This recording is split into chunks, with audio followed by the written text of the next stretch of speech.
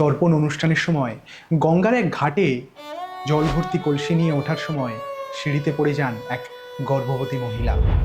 এর ঠিক পরপরই গর্ভপাতের কারণে তার মৃত্যু ঘটে। এই সম্পূর্ণ ঘটনাটি প্রত্যক্ষ করেন পানিহাটির হরিশ্চন্দ্র দত্ত। তার মনে গভীরভাবে প্রভাব ফেলে এটি। সেখানেই তিনি মনে মনে ঠিক করলেন এমন একটি ঘাট তৈরি করবেন যাতে বিনা কষ্টে সিঁড়ি ব্যবহার করা যায় আর এমন কোনো দুর্ঘটনা ভবিষ্যতে না ঘটে। বিভিন্ন নকশার পর ইট, সুরকি ও চিটাগুড় দিয়ে তৈরি করা হলো এক প্রশস্ত গঙ্গার ঘাট। মাত্র 4 ইঞ্চি উচ্চতার ধাপগুলি আরোহণের জন্য বেশ সহজ। প্রথম বাঙালি ইঞ্জিনিয়ার নীলমণি মিত্র এই ঘাট তৈরির উপদেষ্টা ছিলেন। স্যার ব্র্যাডফোর্ড লেসলির ডিজাইন করা এই ঘাটে রয়েছে একটি সুন্দর বারান্দা।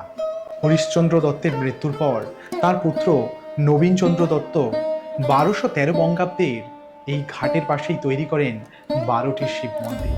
প্রত্যেকটি মন্দিরে একটি করে কালো ব্যাসেল পাথরের শিবলিঙ্গ বিরাজ করছেন। নীল পুজোর দিন এখানে বহু ভক্ত সমাগম দেখা যায়। ছোটখাটো একটি মেলাও হয় এখানে। বহু মানুষ এই হরিশ্চন্দ্রের ঘাটে স্নান করে শিব মন্দিরে পুজো দেন। সারা কলকাতায় গঙ্গার ঘাটে এত প্রশস্ত ও সহজ আরোহণযোগ্য ঘাট আর কোথাও নেই। গঙ্গার সর্বনিম্ন ভাটাতেও এই ঘাট কখনো শুকিয়ে যায় না।